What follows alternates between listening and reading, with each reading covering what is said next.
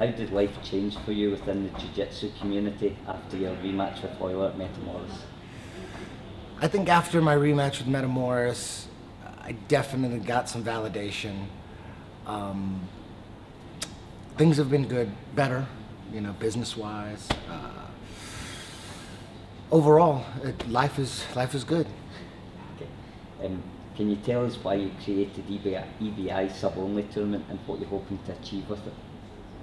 Well, originally the format for EBI, I was trying to push on other promoters who were already doing shows. I didn't want to have my own show.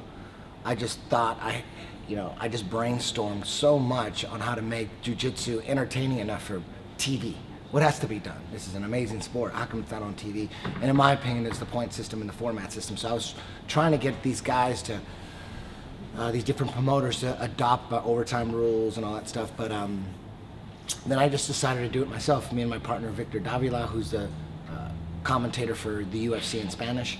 He's my partner. We've done 2 shows so far. EBI 3's coming March 22nd, worldwide pay-per-view, internet pay-per-view on budovideos.com. So, you know, I had to do it myself. So now I enjoy it. I'm glad I did it. And I wasn't trying to create my own show. I was kind of forced into it. And now I'm glad I was. Thank you. In over 10 years of 10th Planet Jiu-Jitsu, you've achieved a lot. Where do you see 10th Planet Jiu-Jitsu 10 years from now? I see 10th Planet Jiu-Jitsu 10 years from now in the exact same spot it is now, continually growing and growing and rising. Many MMA fighters come to train with you and you coach fighters as well. Who impresses you the most? Man, there's so many guys that impress me that I've trained that have fought in the UFC or are currently fighting in the UFC.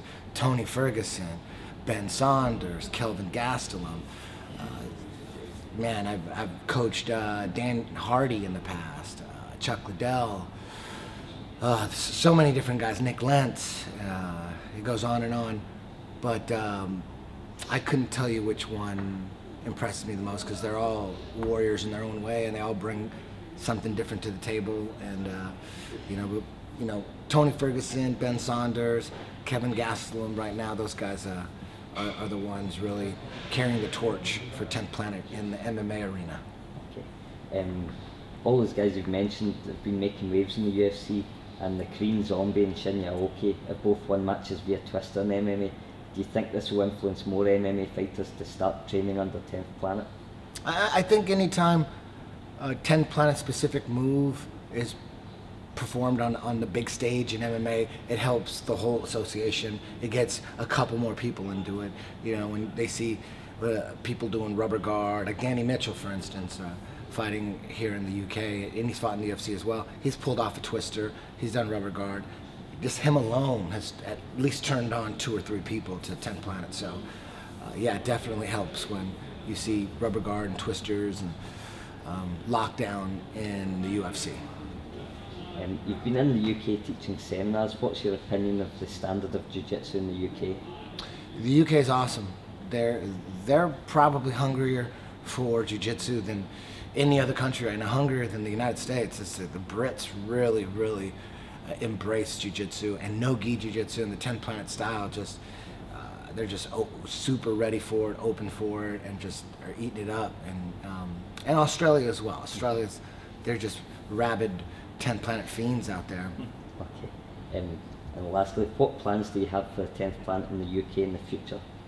We're going to keep growing. Right now I have, I think, 5 schools, and it's just going to keep growing and growing. Within a couple years there'll be another 5, and then so on, and then eventually all the schools in the UK will be run by black belts, you know, and it's just going to keep growing and rising.